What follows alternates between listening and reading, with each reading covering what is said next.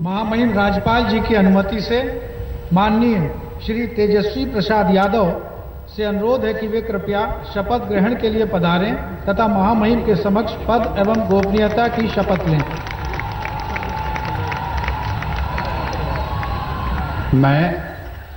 मैं तेजस्वी प्रसाद यादव ईश्वर की शपथ लेता हूँ कि मैं विधि द्वारा स्थापित भारत के संविधान के प्रति सच्ची श्रद्धा और निष्ठा रखूँगा। मैं भारत की प्रभुता और अखंडता अक्षुण्ण रखूँगा। मैं बिहार राज्य के मंत्री के रूप में अपने कर्तव्यों का श्रद्धापूर्वक और शुद्ध अंतःकरण से निर्वहन करूँगा तथा मैं भय या पक्षपात, अनुराग या द्वेष के बिना सभी प्रकार के लोगों के प्रति संविधान और विधि के अनुसार न्याय करूँगा।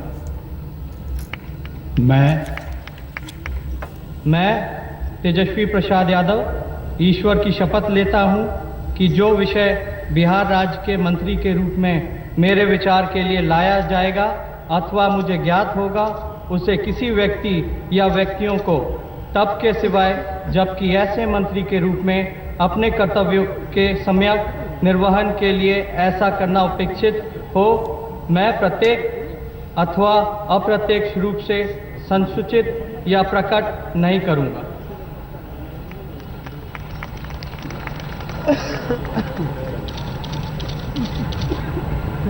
तेजस्वी प्रसाद यादव राघवपुर से जीते हैं और लालू प्रसाद यादव और राबड़ी देवी, बहुत ही इन दोनों के लिए भावुकता का क्षण भी और विरासत, शायद सियासी विरासत सौंपने का वक्त भी, और उसी दृष्टि से दोनों ही देख रहे हैं। दोनों ही बिहार के मुख्यमंत्री रह चुके हैं और ऐसे में अब तेजस्वी यादव जाहिर है दूसरे नंबर पर शपथ लिए हैं तो डिप्टी सीएम माना जा रहा है। डिप्टी सीएम बनना तेजस्वी यादव का सिर्फ विरासत की परंपरा है उर्मिलेश जी, या फिर बिहार की राजनीति में एक नई परिस्थितियों का उदय है जिसमें लालू यादव की समूची राजनीतिक तौर तरीके अब तेजस्वी को अपनाने हैं, सिर्फ इतना भर है। देखिए, ये तो स्थितियां ऐसी पड़ी की वजह से ये सारा समीकरण सामने आया है परिवार का। लेकिन ये बात सही है कि लालू प्रसाद यादव के दिमाग में पहले से भी था, अगर वो 6 साल के लिए चुनाव से बाहर नहीं होते तो भी था, कि उनकी जो राजनीतिक विरासत है, क्योंकि इन दिनों देश के लोकतंत्र में एक नया ट्रेंड चल पड़ा है और ये हर पार्टी, हर दल में है, लेफ्ट को छोड़कर, कि भाई वो जो बड़ा नेता होता है अपने बेटे को आगे करता है, तो उसमें तेजस्वी को उत्तराधिकार सौंपने का पहले ही चाहते। दूसरे बेटे उसके बाद, यानी हायरार्की में देखें तो तेजस्वी, उसके बाद तेज प्रताप। मैं तेज प्रताप यादव ईश्वर की शपथ लेता हूं कि मैं विधि द्वारा स्थापित भारत के संविधान के प्रति सच्ची श्रद्धा और निष्ठा रखूंगा। मैं भारत की प्रभुता और अखंडता अक्षुण्ण रखूंगा। मैं बिहार राज्य के मंत्री के रूप में अपने कर्तव्यों का श्रद्धापूर्वक और शुद्ध अंतःकरण से निर्वहन करूंगा तथा मैं भय या पक्षपात, अनुराग या द्वेष के बिना सभी प्रकार के लोगों के प्रति संविधान और विधि के अनुसार न्याय करूंगा। मैं तेज प्रताप यादव ईश्वर की शपथ लेता हूं कि जो विषय बिहार राज्य के मंत्री के रूप में मेरे विचार के लिए लाया जाएगा अथवा मुझे ज्ञात होगा, उसे किसी व्यक्ति या व्यक्तियों को जब के सिवाय जबकि ऐसे मंत्री के रूप में अपने कर्तव्यों को समयक निर्वहन के लिए ऐसा करना अपेक्षित हो, मैं प्रत्यक्ष अथवा अप्रत्यक्ष रूप से मैं अनुसूचित या प्रकट नहीं करूँगा। ये शब्द उपेक्षित नहीं है बल्कि अपेक्षित है। कृपया एक बार माफ कीजिएगा। मैं पूरी शपथ को एक बार फिर करें। मैं तेज प्रताप यादव ईश्वर की शपथ लेता हूं कि जो विषय बिहार राज्य के मंत्री के रूप में मेरे विचार के लिए लाया जाएगा अथवा मुझे ज्ञात होगा, उसे किसी व्यक्ति या व्यक्तियों को जब के सिवाय जबकि ऐसे तब के सिवाय ऐसे मंत्री के रूप में अपने कर्तव्य के समयक निर्वहन के लिए ऐसा करना अपेक्षित हो, मैं प्रत्यक्ष अथवा अप्रत्यक्ष रूप से मैं संसूचित या प्रकट नहीं करूँगा।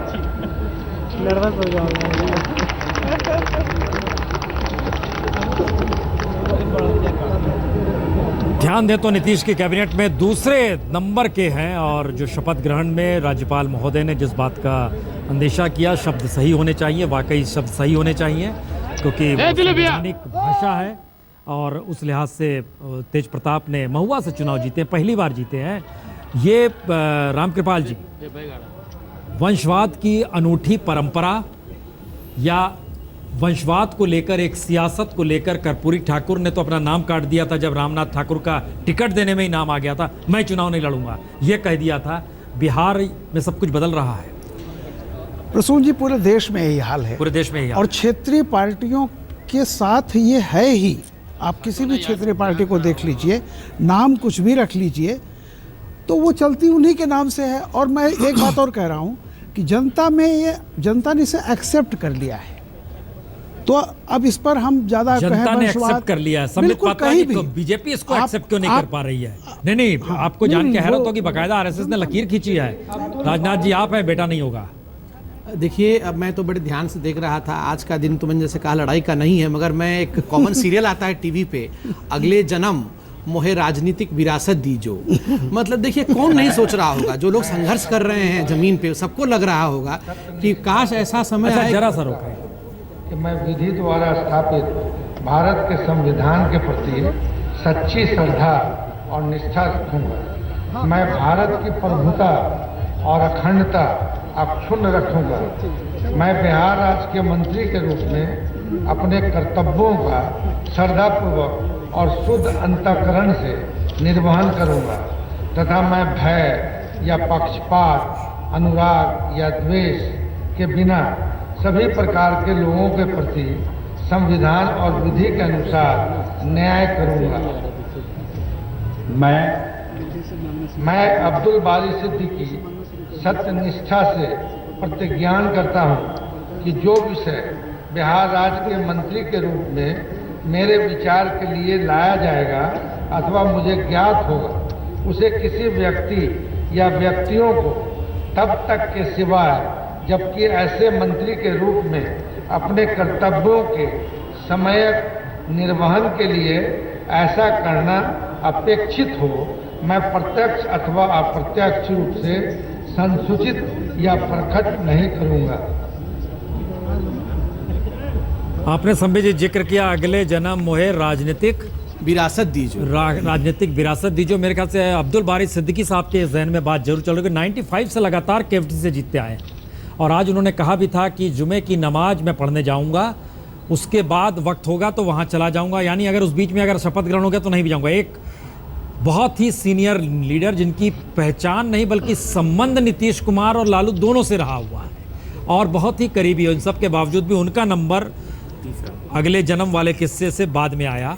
अब्दुल जी, अमेरिका में बुश परिवार को देखिए आप, क्लिंटन की पत्नी फिर से आ रही है। तो ये कहना कि केवल भारत में ऐसा है, ऐसा नहीं है। ये डेमोक्रेसी में जो फायदा उठा सकते हैं या विरासत का फायदा राजनीतिक विरासत का लेते हैं वो लेते हैं। और बीजेपी में भी ऐसा नहीं कि आप इसे सही भी मानते हैं? बीजेपी में आप इसे सही भी मानते हो? आप सही भी मानते हैं? मैं सही नहीं मानता।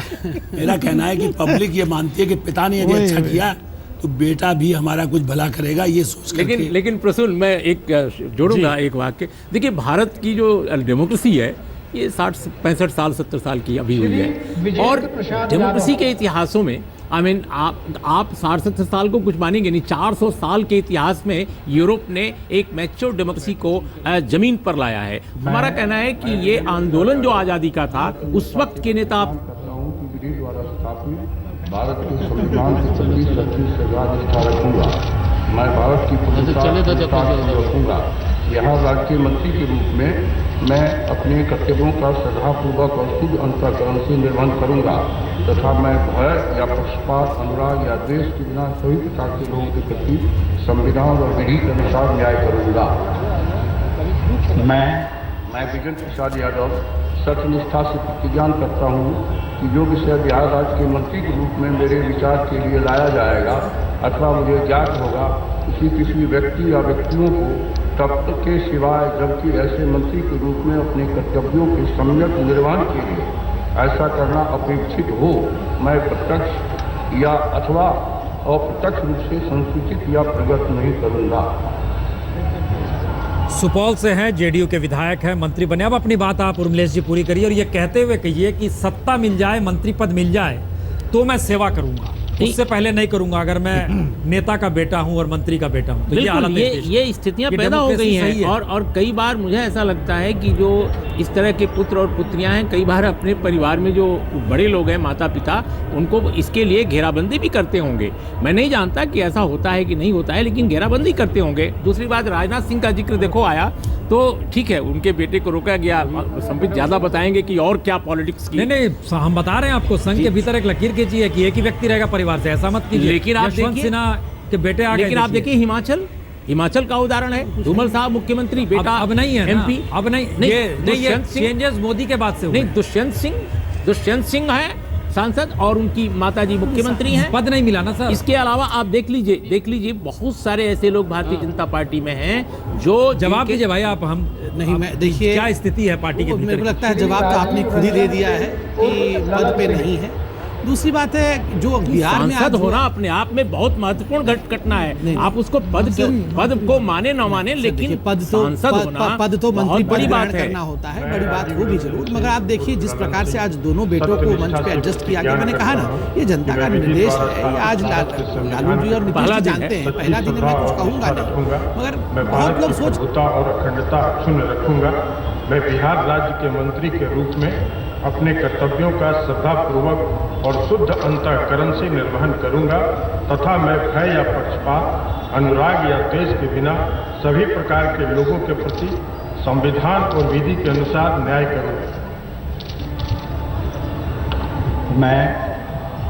मैं राजीव रंजन सिंह उर्फ ललन सिंह सत्य निष्ठा से प्रतिज्ञान करता हूं कि जो विषय बिहार राज्य के मंत्री के रूप में मेरे विचार के लिए लाया जाएगा अथवा मुझे ज्ञात होगा, उसे किसी व्यक्ति या व्यक्तियों को तब तक के सिवाय जबकि ऐसे मंत्री के रूप में अपने कर्तव्यों के सम्यक निर्वहन के लिए ऐसा करना अपेक्षित हो, मैं प्रत्यक्ष अथवा अप्रत्यक्ष रूप से संसूचित या प्रकट नहीं करूँगा।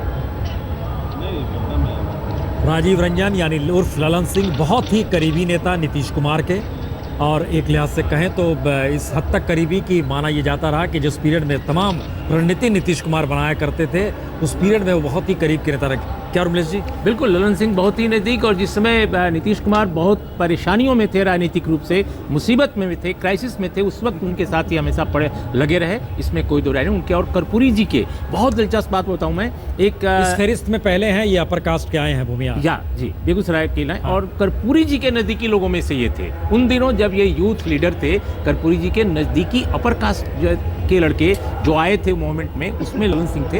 हालांकि बाद के दिनों में स्वयं ये विवादों में रहे बहुत सारे कारण से। लालू यादव नीतीश कुमार के बीच में जो टकराव या शत्रुता पैदा करने में भी इनका रोल था, या इनके रोल के बारे में कहा जाता था कि इन्होंने भी बहुत अहम भूमिका निभाई। लेकिन इस दफा ललन सिंह लालू जी के भी नज़दीक काफ़ी हो गए हैं। श्री श्रवण कुमार।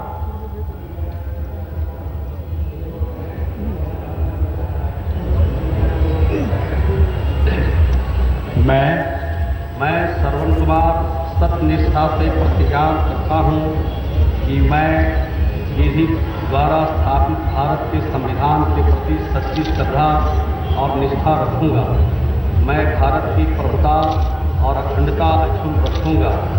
मैं बिहार राज्य के मंत्री के रूप में अपने कर्तव्यों का श्रद्धापूर्वक और अंतःकरण से निर्वहन करूँगा तथा मैं भय या पक्षपात, अनुराग या द्वेष के बिना सभी प्रकार के लोगों के प्रति संविधान और विधि के अनुसार न्याय करूँगा।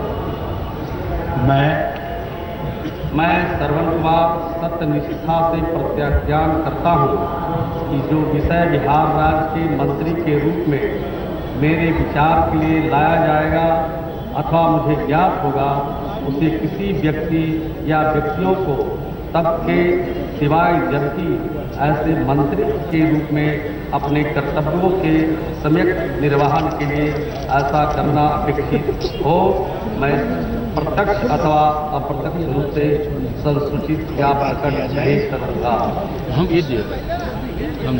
श्रवण कुमार, राजनीति का चक्का कैसे घूमता है यह भी गांधी मैदान ही देख रहा है।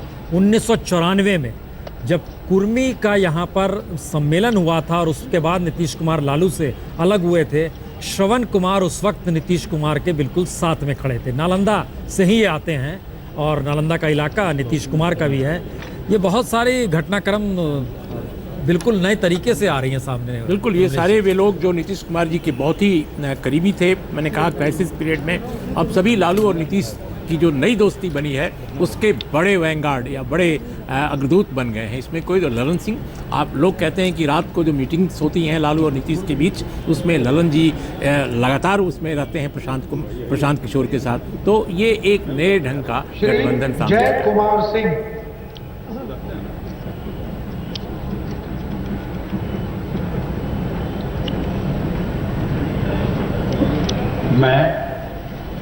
मैं जय कुमार सिंह सत्यनिष्ठा से प्रतिज्ञान करता हूं कि मैं विधि द्वारा स्थापित भारत के संविधान के प्रति सच्ची श्रद्धा और निष्ठा रखूंगा। मैं भारत की प्रभुता और अखंडता अक्षुण्ण रखूंगा। मैं बिहार राज्य के मंत्री के रूप में अपने कर्तव्यों का श्रद्धापूर्वक और शुद्ध अंतःकरण से निर्वहन करूंगा तथा मैं भय या पक्षपात, अनुराग या द्वेष के बिना सभी प्रकार के लोगों के प्रति संविधान और विधि के अनुसार न्याय करूंगा। मैं जय कुमार सिंह सत्यनिष्ठा से प्रतिज्ञान करता हूं कि जो विषय बिहार राज्य के मंत्री के रूप में मेरे विचार के लिए लाया जाएगा अथवा मुझे ज्ञात होगा, उसे किसी व्यक्ति या व्यक्तियों को तब के सिवाय जबकि ऐसे मंत्री के रूप में अपने कर्तव्यों के सम्यक निर्वहन के लिए ऐसा करना अपेक्षित हो, मैं प्रत्यक्ष अथवा अप्रत्यक्ष रूप से संसूचित या प्रकट नहीं करूँगा। रोहतास से जीते हैं जेडीयू के विधायक, अब मंत्री बन रहे हैं जय कुमार सिंह। पहली सरकार में, इससे पहले भी वो मंत्री थे। संबित जी, ये बार बार सवाल उठाए, बिहार के पास अपना कुछ है नहीं, खनिज संसाधन विभाजन में खत्म हो गया, पैसा चाहिए, पैसा इतना ऐलान कर गए प्रधानमंत्री मोदी जी। ये सरकार सफल हो जाए, केंद्र की ये जरूरत है, या ये सरकार सफल ना हो पाए, बीजेपी इस दिशा से भी सोचती है? 1000 बार मैं कहूँगा कि ये सफल हो जाए और बिहार की जनता का भला हो। देखिए, राजनीतिक लड़ाइयाँ सदियों तक चलती रहेंगी, मगर सफलता बिहार को मिले ये हम सबकी तमन्ना होनी चाहिए। ये छोटे ढांचा नष्ट किया जा रहा है, नीतीश कुमार ने ही आरोप लगाया था। देखिए, आज मैं नीतीश कुमार जी के खिलाफ आज नहीं बोलूंगा, ये मर्यादित नहीं होगा। और खास करके कल बोलेंगे? नहीं, देखिए, कल क्यों नहीं बोलेंगे? कल बोलेंगे ना, तो यानी कल से राजनीति शुरू होगी ना? राजनीति अभी भी है, मगर राजनीति में भी मर्यादा होता है। जब शपथ ग्रहण चल रहा है मंच पे, स्वाभाविक रूप से एक राष्ट्रीय पार्टी का प्रवक्ता यहाँ बैठ के मुख्यमंत्री जो शपथ ले रहे हैं उनके खिलाफ नहीं बोले। आलोक मेहता जी नाम भी उधर विधायक जिसका लिया गया आलोक कुमार मेहता ही नाम था। एक बार टीवी में हम दोनों साथ बैठे। अच्छा, आलोक कुमार मेहता सत्यनिष्ठा से प्रतिज्ञान करता हूँ कि मैं विधि द्वारा स्थापित भारत के संविधान के प्रति सच्ची श्रद्धा और निष्ठा रखूंगा। मैं भारत की प्रभुता और अखंडता अक्षुण्ण रखूंगा। मैं बिहार राज्य के मंत्री के रूप में अपने कर्तव्यों का श्रद्धापूर्वक और शुद्ध अंतःकरण से निर्वहन करूंगा तथा मैं भय या पक्षपात, अनुराग या द्वेष के बिना सभी प्रकार के लोगों के प्रति संविधान और विधि के अनुसार न्याय करूंगा। मैं आलोक कुमार मेहता सत्यनिष्ठा से प्रतिज्ञान करता हूं कि जो विषय बिहार राज्य के मंत्री के रूप में मेरे विचार के लिए लाया जाएगा अथवा मुझे ज्ञात होगा, उसे किसी व्यक्ति या व्यक्तियों को तब के सिवाय जबकि ऐसे मंत्री के रूप में अपने कर्तव्यों के सम्यक निर्वहन के लिए ऐसा करना अपेक्षित हो, मैं प्रत्यक्ष या अप्रत्यक्ष रूप से संसूचित या प्रकट नहीं करूंगा। जी चुके हैं। हाँ। और इनकी पूरी फैमिली समाजवादी आंदोलन में बहुत पहले से सक्रिय थी। इनके पिता तुलसी मेहता बिहार के कर्पूरी ठाकुर दौर के बड़े नेताओं में रहे हैं और ये उनके पुत्र हैं, पार्टी के प्रवक्ता भी हैं समझदारी और एक प्रौढ़ता ये इनमें रही है, इसमें कोई दो राय नहीं। तो अच्छे कुछ लोग जो इस कैबिनेट में दिखाई दे रहे हैं लालू जी की तरफ से, उसमें मैं आलोक मेहता को पहली देख करके अच्छा लग रहा है। ये आपने अच्छा कहा, लेकिन उजियारपुर की स्थिति आर्थिक सामाजिक बड़ी विपन्न है जी। वो इलाका कई कारणों से उस इलाके में जो एक एग्रीकल्चर ग्रोथ जिस तरह की होनी चाहिए थी, जैसा कि वैशाली नालंदा की और रोहतास और भोजपुर की तरफ हुआ है, मुझे लगता है वो इन 10 सालों में समस्या जरूर रही है।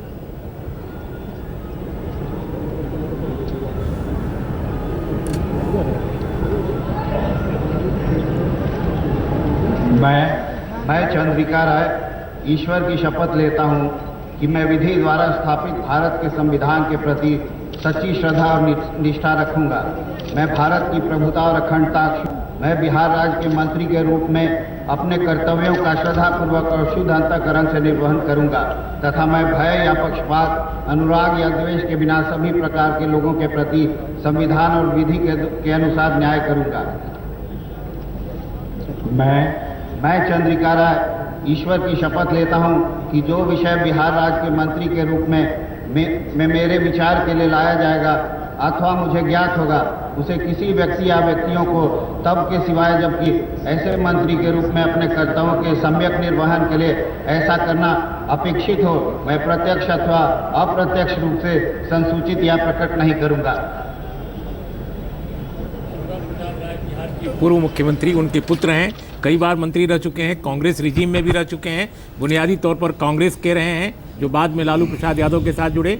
और दिलचस्प बात यह है कि उस इलाके से बहुत सारे क्लेमेंट थे कैबिनेट के लिए, लेकिन दारोगा प्रसाद राय के पुत्र को लालू प्रसाद ने चुना, क्योंकि दारोगा प्रसाद राय से लालू प्रसाद के भी एक समय बहुत ही प्रगाढ़ रिश्ते थे और अलग अलग पार्टियों में होने के बावजूद दारोगा राय लालू प्रसाद को बहुत मानते थे, ऐसा माना जाता है।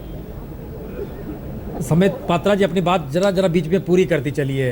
राजनीतिक तौर पर बिहार की सफलता केंद्र के लिए एक चुनौती के तौर पे तो नहीं उभरेगी?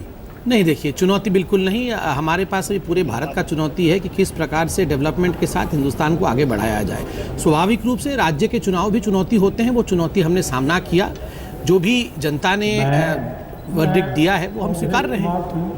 सत्यनिष्ठा से प्रतिज्ञान करता हूँ कि मैं विधि द्वारा स्थापित भारत के संविधान के प्रति सच्ची श्रद्धा और निष्ठा रखूँगा। मैं भारत की प्रभुता और अखंडता अक्षुण्ण रखूँगा। मैं बिहार राज्य के मंत्री के रूप में अपने कर्तव्यों का श्रद्धापूर्वक और शुद्ध अंतःकरण से निर्वहन करूँगा तथा मैं भय तथा पक्षपात, अनुराग या द्वेष के बिना सभी प्रकार के लोगों के प्रति संविधान और विधि के अनुसार न्याय करूँगा। मैं अवधेश कुमार सिंह सत्य निष्ठा से प्रतिज्ञान करता हूँ कि जो विषय बिहार राज्य के मंत्री के रूप में मेरे विचार के लिए लाया जाएगा अथवा मुझे ज्ञात होगा, उसे किसी व्यक्ति या व्यक्तियों को तब के सिवाय जबकि ऐसे मंत्री के रूप में अपने कर्तव्यों के सम्यक निर्वहन के लिए ऐसा करना अपेक्षित हो, मैं प्रत्यक्ष अथवा अप्रत्यक्ष रूप से संसूचित या प्रकट नहीं करूंगा। रामकृपाल जी, 25 बरस के बाद कांग्रेस मंत्री पद की शपथ लेते हुए एक विधायक। हाँ बिल्कुल, ये अच्छी कांग्रेस के लिए बड़ी सुकून की बात है और होनी भी चाहिए। कम से कम बिहार के राज्य में एक प्रतिनिधित्व तो मिला बहुत दिनों के बाद, तो अच्छी बात है। कमलेश जी, राष्ट्रीय तौर पर इसका प्रभाव? बिल्कुल, देखिए, मैं समझता हूं कि अभी कांग्रेस पार्टी को भले ही ये माना जा रहा हो कि 44 सीट वाली पार्टी है लोकसभा में, लेकिन मैं मानता हूं कि जो क्षेत्रीय दलों की हालत है भारत में, उनके अपने कॉन्ट्रडिक्शंस हैं, लीडरशिप की अपनी क्राइसिस है जो आज भी दिखाई दे रही है, उसके बहुत सारी इम्प्लिकेशंस भविष्य में हो सकते हैं। वैसे में कांग्रेस को बिल्कुल सिरे से खारिज करना, ये बिल्कुल बता देना कि वो हाशिए पर रहेगी, मैं नहीं मानता ऐसा। कांग्रेस मुक्त भारत का नारा दिया था संबित जी, बीजेपी नहीं, मोदी नहीं। ठीक है, मुक्त होते होते होगी। बीच में देखिए, जो दिया होता है वो बुझने से पहले थोड़ा फड़फड़ाता भी है, मगर आज का दिन नहीं है इस फड़फड़ाहट की डिस्कशंस के लिए, करेंगे कल से। लेकिन मुझे लगता है इस पूरे नारे में एक तरह की वाजपेयी जी के दौर में अडवाणी जी ने भी एक बार जिक्र किया था, हमें ये भी याद है, हरियाणा में एक सभा में। लेकिन प्रसून, मैं उस समय भी कहता था जब ये नारा आया था, इसमें इंटॉलरेंस है। आप कांग्रेस के साथ देश की सेवा कीजिए, कांग्रेस से बेहतर ढंग से सेवा कीजिए, लेकिन कांग्रेस मुक्त भारत, भाजपा मुक्त भारत, सीपीएम मुक्त भारत, ये राजनीतिक असहिष्णुता का एक खतरनाक मंजर है, खतरनाक स्लोगन है। मैं कृष्णनंदन प्रसाद वर्मा ईश्वर की शपथ लेता हूँ कि मैं विधि द्वारा स्थापित भारत के संविधान के प्रति सच्ची श्रद्धा और निष्ठा रखूँगा। मैं भारत की प्रभुत्ता और अखंडता अक्षुण्ण रखूँगा। मैं बिहार राज्य के मंत्री के रूप में अपने कर्तव्यों का श्रद्धापूर्वक शुद्ध अंतःकरण से निर्वहन करूँगा तथा मैं भय या पक्षपात, अनुराग या द्वेष के बिना सभी प्रकार के लोगों के प्रति संविधान और विधि के अनुसार न्याय करूँगा।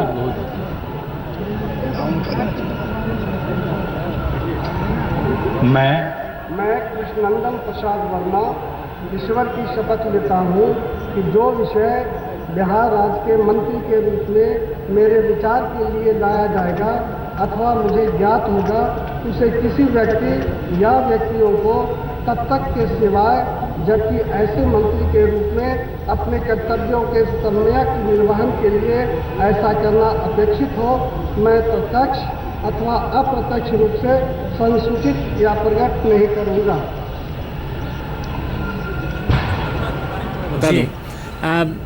नीतीश कुमार और लालू प्रसाद ने मिलकर जो मध्य बिहार में समीकरण बनाए, ऐसे भारतीय जनता पार्टी के हर कैलकुलेशन को उन्होंने ध्वस्त किया, उसके ये उदाहरण है। उदाहरण इस प्रकार कि उपेंद्र कुशवाहा के जरिए मोदी जी ने और अमित शाह जी ने माना कि कुशवाहा वोट सारा मध्य बिहार में उनकी झोली में चला जाएगा। नीतीश और लालू ने मिलके रात की मीटिंगों में ऐसी कॉन्स्टिट्यूएंसीज में ऐसे उम्मीदवार रखे कि उपेंद्र कुशवाहा एक तरफ धराशायी और दूसरी तरफ मांझी जी। कृष्णनंदन वर्मा उसी समुदाय से आते हैं और इनके पिता बड़े नेता रहे हैं एक समय, और उस इलाके में यादवों की संख्या बहुत ज़्यादा है, भूमिहार लोगों की संख्या बहुत ज़्यादा है और कोयली अपेक्षाकृत उससे कम है, लेकिन बावजूद इनको कैंडिडेट खड़ा किया और भारी बहुमत से ये जीते। तो ये घोसी में हमेशा आमतौर पे जहानाबाद लॉबी एक कही जाती थी, जो वहाँ के बड़े भूस्वामियों की लॉबी थी, उसके कैंडिडेट्स जीता करते थे, लेकिन इस बार इन्होंने महेश्वर हजारी।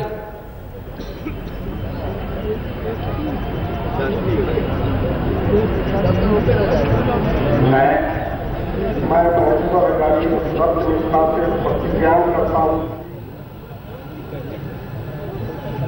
मैं महेश्वर हजारी सत्यनिष्ठा से प्रतिज्ञा करता हूँ कि मैं विधि द्वारा स्थापित भारत के संविधान के प्रति सच्ची श्रद्धा और निष्ठा रखूँगा।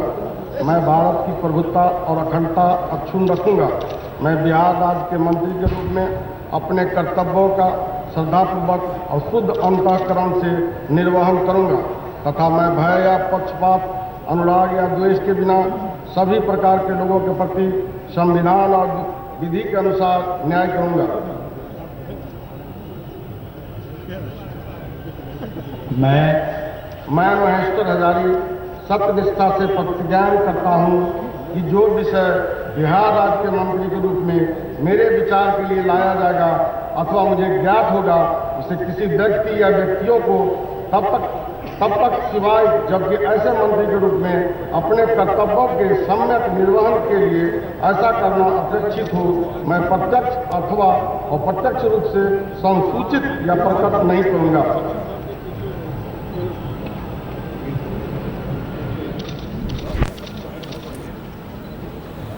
जेडीयू के पुराने नेता रामसेवक हजारी के बेटे हैं महेश्वर हजारी। समस्तीपुर कल्याणपुर से चुनाव जीते हैं, विधायक भी रहे हैं, सांसद भी रहे हैं, फिर विधायक बने हैं, इस बार मंत्री बने हैं।